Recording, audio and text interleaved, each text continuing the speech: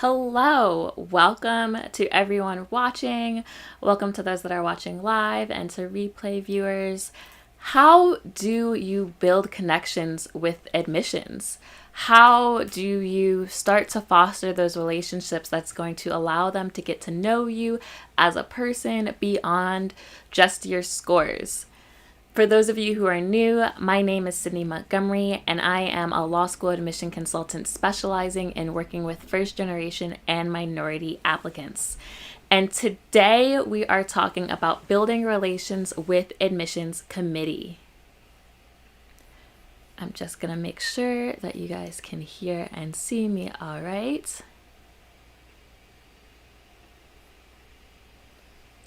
Great. So today I want to bring you just 3 points, 3 key areas that you can think about when you're thinking about building relationships with the admissions committee. But before we dive in, I also want to start with just some daily affirmation, because for me, this process is more than just writing essays. It's more than just getting the good LSAT score. It's really a chance for you to be introspective, to learn about yourself, to grow, and to really develop a positive mindset that's going to take you to the next place in your legal career. So the affirmation I want to read to you today is that I honor my commitments to myself. And I think that's really important. That's really important for me because sometimes I tend to put everyone else first. I tend to honor everyone else's commitments, and then maybe the things that I wanted to do for myself, they don't always get done. Or I'm like, it's not important. Or, however many times I've put something on my to-do list for myself and then a month later it's still on my to-do list. That's me. I don't know how many of you can relate to that.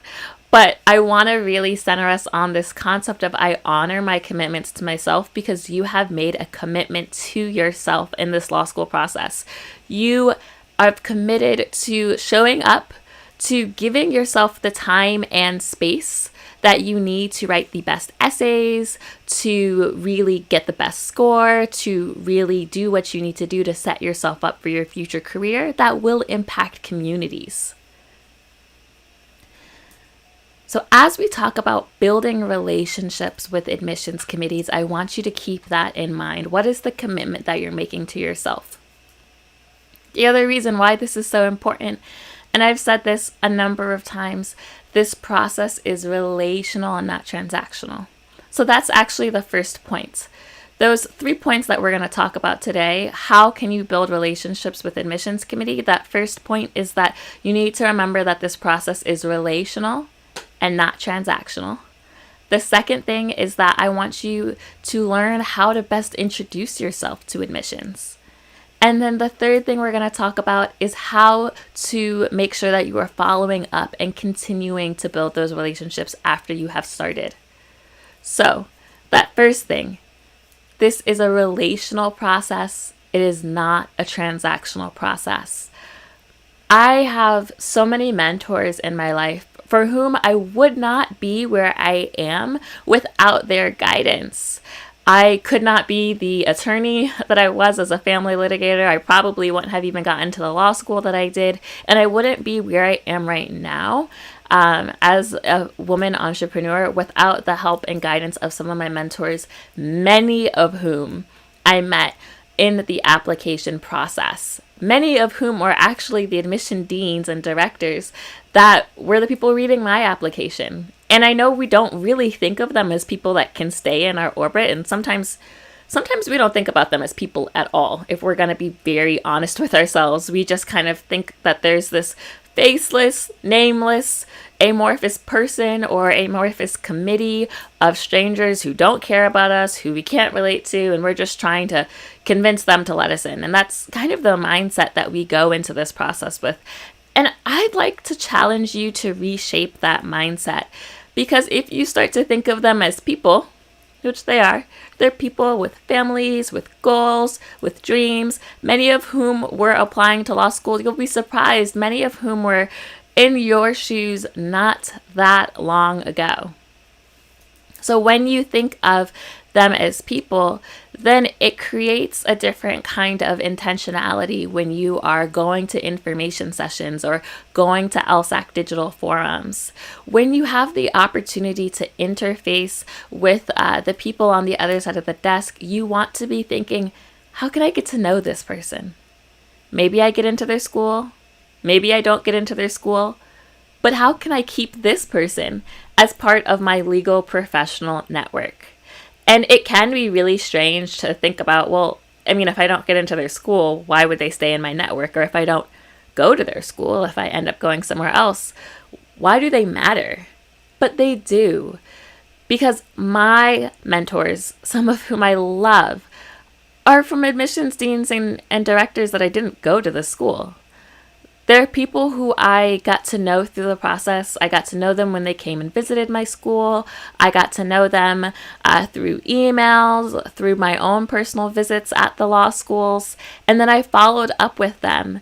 And you will never know, like they may know somebody in your industry. Because remember, the legal community is actually really small. It's so much smaller than we think. So yes, you might not go to the school that they're an admissions director of, but one of their colleagues might be someone in intellectual property, or maybe they're friends with the person who started the critical race theory program at a school that you're looking at, and that really excites you. There are a lot of connections to be made here, and when you close the door because you think that they aren't going to serve one purpose, you lose out on the opportunities for them to fulfill and enrich your life in a different purpose. So that's the first thing, is I want to talk to you and I want to remind you that this is a relational and non-transactional process. But let's say you're with me. You're like, okay, Sydney, relational. I got it. But now what? How do I actually say hi? Do I just email them? Do I just drop by? Like, what is the protocol here? I like to say that the best and easiest way for you to get to know admissions is through the forms that they provide themselves. So through an information session or a digital forum. At an information session, oftentimes it will be the dean or director leading that information session. But if it's not, it could be someone else. And at the end, they always say, you know, here's my contact information. Please contact me if you have any additional questions. And most people actually don't follow up. Honestly, let's be real. Some of you listening have not even thought about going to an info session. You want to go to an info session. Get to know them. Okay, set up a time. Some of these schools have places where you can set up a time to speak with someone from admissions and really get to introduce yourself and share your story. But if you are just going to an info session and they have left their contact information, I want you to think, what questions can I follow up and ask them that they did not mention in an info session? Do not ask them something that's on the website, because it's on the website. And you might be like, well, I don't have any questions. Yes, you do. Yes, you do. What are things that pertain to the things that would make you succeed? What is it that you need in a law school to be successful? Do you want to ask about mentoring programs? Do you want to ask about the Office of Disability Services? Do you want to ask about the supports they give for moms or parents? Do you want to ask about the support they give to military veterans? What about a specific area that you're interested in studying? Do they have programs and centers for human rights or intellectual property that would really excite you? Do they have opportunities for you to clinic and extern? Maybe you've seen some clinics, but you haven't seen a clinic in the area that you're most excited about. Perhaps you can email and say, you know, I've been looking and doing research on your clinics and journals. I'm really interested in food law. You guys know I love to use food law as an example. I'm really interested in food law. What are the resources available at your school for this particular area? Or what supports do you give students to help them find additional resources that are not provided by the school? That's a great question. Because now, one, you're telling me, I've done this research, right? I've seen that you have clinics in, you know, maybe, I don't know what's tangentially related to food law, but, you know, maybe a topic that's like it, like environmental law, for example, that has a lot of touch points with food law. or maybe urban planning. So, might say like, I've looked at this clinic and I've looked at that clinic and I've seen where the overlap between that and food law is, but I really want to know what areas or what opportunities are there for me to grow in this particular area. Are there students that create their own independent clinics, and what is the support like? There's no shortage of questions that you can ask that would actually help you. One, they would help you in your search, in your research, and learning about this place is going to be your home for the next 3 years. And it is professional school. So you want to make sure that you are getting out of it all that you want. Now, some of these questions are easier when you have solidified your why law. I love to talk about your why law statement. But when you know what kind of law you want to practice, you're able to ask better questions to admissions after the information session because you're more targeted in your research. You come across as focused, you come across as researched, you come across as highly dedicated and interested in the school, which all goes towards their yield. Remember, law schools are really caring about their yield. And what does yield mean? Yield is the percentage of students that say yes to their offer of acceptance. So some schools, they end up, if they want to fill 500 seats, they've got to say yes to 2,000 people. And you might think that's crazy, but with so many law school applicants applying to so many more schools, it can be difficult to predict how many of those yeses are going to say yes to you versus saying yes to another school. So they love it when they can feel more confident about an applicant. Yes, she's so interested, she's so dedicated. Maybe she doesn't come here, but I think there's a good chance she might, especially if we're able to meet her needs in these ways and we're able to get to know her a little bit more. You often don't think about the other side of admissions. It's so easy to just think about, I want them to say yes to me. I want to convince them to let me in. That you don't realize that on the other side, they want you to say yes to them. They are also trying to sell you on their school, and they are also trying to help you see yourself at the school. So it goes both ways, and you can use some of these questions to help gauge your own interest and also see if it is a good fit, because maybe you ask these questions and you're realizing, wow, they really don't have a lot of the things that I thought they would. They don't have a lot of support for veterans. They don't have a lot of things for first generation students. They don't seem to have a lot of things to help students with external clinics. I don't know if this is going to be a good fit for me. Doesn't mean automatically you don't apply, but it's more knowledge. And I am all about helping you gain more knowledge, because when you are knowledgeable, you make smart decisions. And this is a big investment, which means you need to make the smartest decision. You want to be fully prepared. You don't want to just choose a school because, I don't know, I heard about it, and I don't know, it's ranked this, and that's it, right? Because listen, rankings are not everything. They're not. You can go to a top ranked school, right? And it could not be a good fit for you. And if it's not a good fit for you, you're not going to thrive. And you can go to a lower ranked school that is a perfect fit for your interests, for your goals, for your humanity.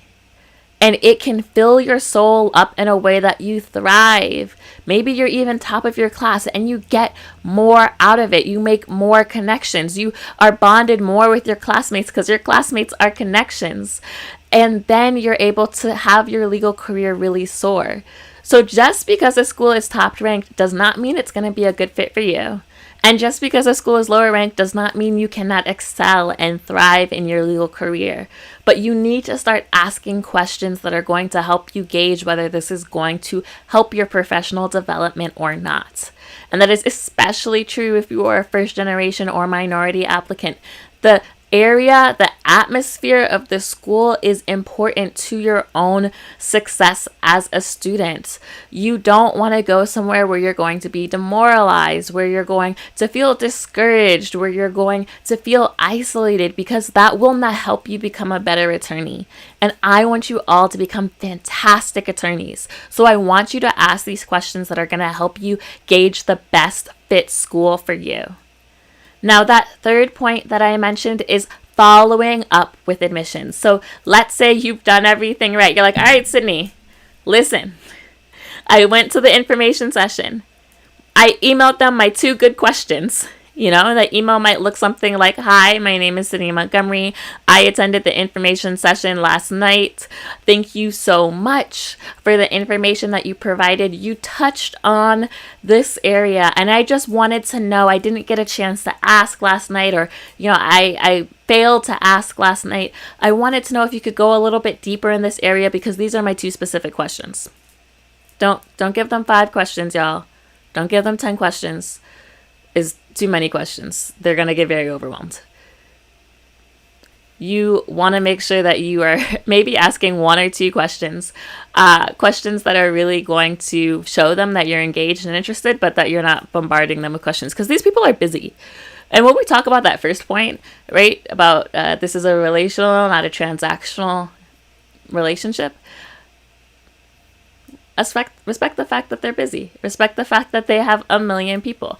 There was a really great quote from Navigating Law School Admissions with Miriam and Christie's podcast last season. By the way, season 2 is coming of Navigating Law School Admissions with Miriam and Christie. For those of you who don't know, it is the podcast hosted by Miriam Ingber, who is the Dean of Admissions and Financial Aid at Yale Law School, and Christy Jobson, who is the Dean of Admissions at Harvard Law School. Those are both fantastic humans, some of my favorite people. I am so excited for season 2. If you were sleeping last year because you weren't applying to law school, go back and listen to the podcast. It's only like 7 or 8 episodes. Everything is golden. Everything is beautiful. Just gems on gems on gems dropped. But one of the things that I loved from that podcast is there was this quote that said, think about their actions and think, if everyone did this, if every single applicant did this, would they be overwhelmed? And if the answer is yes, don't do it. Be courteous and respectful. But you can still ask a question and follow up, because that's what they want. That's what they're there for. But then how do you continue to build this relationship? You want to keep in touch. So let's say you go to an information session tomorrow, let's just say, right? And you're not submitting your application until September. I don't think there's anything wrong with following up with maybe an additional question right before you submit or right after you submit. Thank you so much for the conversation we had in July about this. I just wanted to let you know I just submitted my application. I did have one additional question that I wanted to ask about this. Super simple, super clean, super short. We talk, and we will continue to talk as the application cycle progresses, about what it looks like to stay in contact after you've hit submit, in terms of how much follow-up you should have. Generally speaking, you really don't need to follow up with them until they contact you after you hit submit. But if, let's say, you submit your applications in September, October, and it's March, you haven't heard from them, I would probably follow up, right? Because you want to at that point. But you don't want to be annoying or cross the line of just kind of badgering them. I do believe in sending updates when relevant, which is why even after you hit submit, I like to tell you there's still work to be done. For some of you, after you hit submit, I'm going to tell you to keep studying for the LSAT. Just do it. Just keep studying. And you're like, but I'm done. Yes, but in the event that you get waitlisted at your dream school, wouldn't you much prefer to have been studying the whole time so that maybe you can take an April LSAT, get a higher score, submit it, and get off the wait list? I feel like that's a better plan than just saying, oh my God, I haven't looked at the LSAT in 9 months, and now I think I want a better LSAT score. It's just, you don't want to do that. Just keep studying. I'm not saying you have to study 3 hours a day every day for the whole time, but just maybe every other day, maybe for an hour, just kind of peruse it, keep your skills up. I think that's a good way to go, honestly, throughout the cycles. You don't want to burn yourself out, but you do just want to keep a little bit fresh. And then, always be trying to advance yourself in whatever job and career that you're having. Maybe you get a promotion during the application cycle. Love to see it. Maybe you start a volunteer organization. Maybe you are able to do more work in your community. Listen, I love to see these updates. If you get waitlisted, you will have to write a letter of continued interest. Those usually include updates. It's real awkward when you get to that place and you don't have updates. So do yourself a favor, just mentally prepare. I'm going to keep updating myself.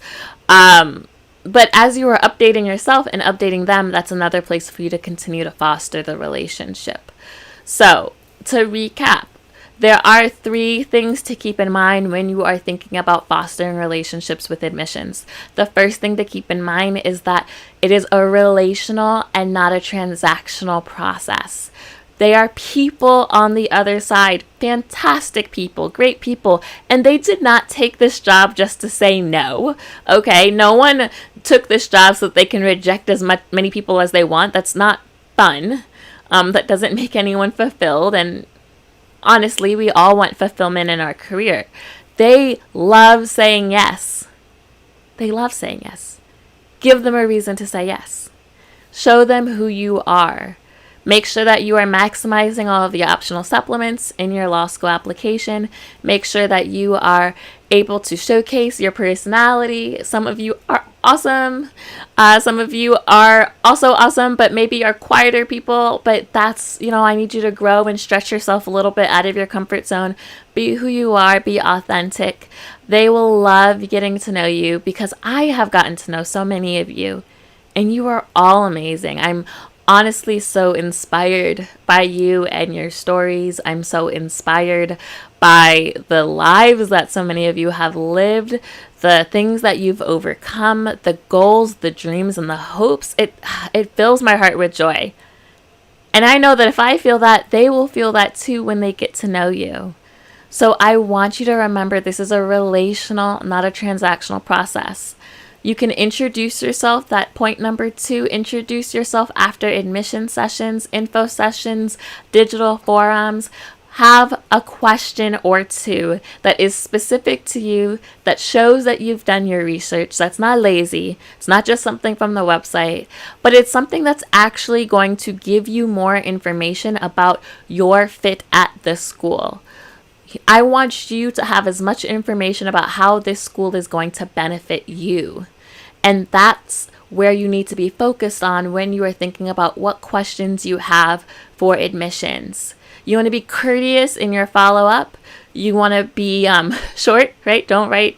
Please do not write paragraphs and paragraphs. You don't need tons of background on your question. You don't need to go into all the reasons why you like intellectual property before asking them about their intellectual property program. The example that I gave you, I attended the information session last night. Thank you so much. I really appreciated you talking about this. I had a couple of questions that I didn't get to ask. I want to ask blah, blah, blah, and blah, blah, blah. Thank you so much. Real quick, all right? Quick emails get answered. Long emails cause anxiety, and they go in the to be answered email folder. And because I have one of those, I can tell you it's just sometimes it's black hole. So don't let your email go into that, oh my God, I don't have time for this, let me answer it later folder. If it's a quick email, they'll just do it right there. It's that 2-minute or less rule. If it takes 2 minutes or less to answer it, they will answer it. And then that third point is continuing to follow up with them, around the time that you submit. If you have any updates, if you're waitlisted, continuing to go to events is a really good thing as well. I don't care if you've already gone to one info session. If they have something else, I want you to go to it. All right? I want you to be like, wow, Cindy just comes to all of our things. Yes, that's the energy that I want. Bring it. Okay? I want you to want it. If it was some celebrity that you loved that was having these things, you'd be at all of the little things. Be at all the things, okay? Make yourself known in a respectful manner. But if you show up to all the things, they're going to know. They're going to be like, she's about it, right? She's ride or die this school. Maybe you're not, but they're going to think you are, and that's important. So hopefully all of that was helpful. I want to know, let me know in the comments, let me know in email, where are you in the application process right now? What are you struggling with? Where are you stuck? I would love to answer your questions. I have an upcoming workshop, Keys to a Successful Law School Application. It is completely free.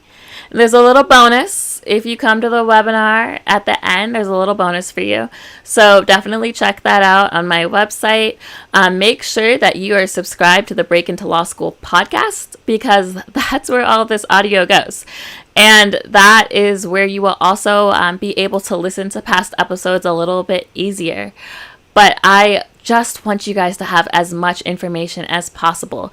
The other thing is that a lot of your questions that I see you guys answering, I answer in my free guide to applying to law school. So if you look at the links below, look at the show notes, there's a link to a free essential guide to applying to law school. It's 62 pages, but you will be fully ready with all of the questions that you need for your personal statement, diversity statement, all of those good things. Many of you ask how you can work with me. I am currently accepting new students for private consulting. I have just a few spots left, but I'm currently accepting new students for private consulting for this application cycle, and we have a few spots left in the boot camp that starts July 21st.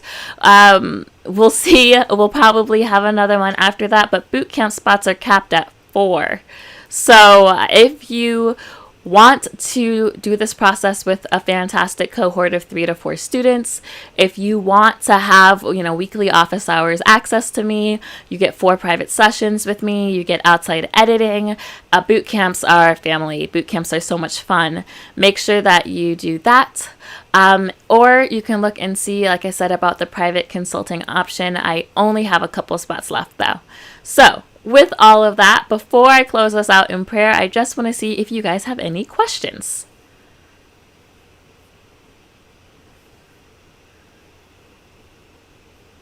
Let's just see.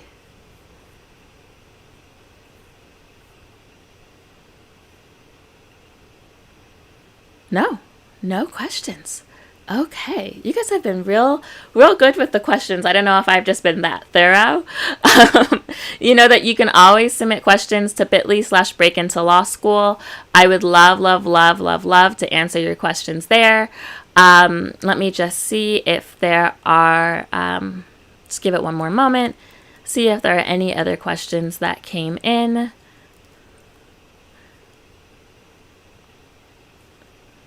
Otherwise, I will just, yes, okay. All right, well, it looks like we're good with the questions. So I'm going to close this out in prayer. I love being with you guys on Fridays. It's the best part of my week. I love getting to know you. I really do. So if you haven't introduced yourself to me yet, please do. You can do so in my Facebook group. You can do so in the comments. You can shoot me an email. I really love getting to help you and know where you are in the journey. So don't hesitate to reach out to me, and I would love to see how I can help you on this process. Dear Heavenly Father, we just want to come to you and say thank you. Thank you for putting people in and around us to help us on our journey. You did not create us for isolation. In fact, your first creation, Adam, you gave him a helpmate, Eve, and together they created family and generations after generations. We were built for family. We were built for community. So thank you for reminding us that every day. Thank you for telling us and showing us that you did not call us to do anything on our own, but that we would always have a support team around us, that we would always have a village, a community behind us, but that even the people on the other side of the desk can be our village and community. So I thank you in advance for allowing us to have the courage and determination to introduce ourselves to admissions, to have the courage to get to know the people who are reading our applications, to see their humanity, to see them as people, to share our authentic selves, because through sharing our authentic selves, we can share the light of Christ. So I thank you for giving us the ability to be bold in our presentations, to be bold in our desire to go to law school or to go to college, to be bold in our desire to want to impact communities for the greater good. I also ask that you would give us the spirit of commitment to ourselves, that you would allow us to hold fast to the things that we said we want to do for ourselves, that self-care is so important, that we cannot give to others out of an empty cup. So I ask that you would help us become consistent, that you would help us prioritize ourselves, that you would help us just see where we can be better, and through that others can be better as well. I just ask that you would be with us in this process as we go into this next application cycle, that you would be with us in confidence, that you would give us the right words to say with our personal statements, with our diversity statements, with our supplemental essays, with our short answers, that you would be with us, and that you would send guidance, that you would send tutors for the LSAT, that you would send helpmates for the application, that you would just be with us on this journey. We also know that we are never alone, even if we are physically alone, because you are with us and you live inside of us. And as we go forth into the world, you come alongside us to go in front of us and fight our battles. So I just ask that you would remind us that at no point are we alone, that we always have the power of community, the power of the church, and the power of you with us. I thank you so much for these people that are listening, that are yearning and striving for this next step in their life. I ask that you would send your favor on them and favor on their applications. In Jesus' name we pray. Amen. So guys, thank you so much. I love all of the desires that you have in your heart. I cannot wait to see where you are in the process. I cannot wait to see how your applications turned out. And I will see you guys next week. This has been another fantastic episode of Break Into Law School, and I will just talk to you soon.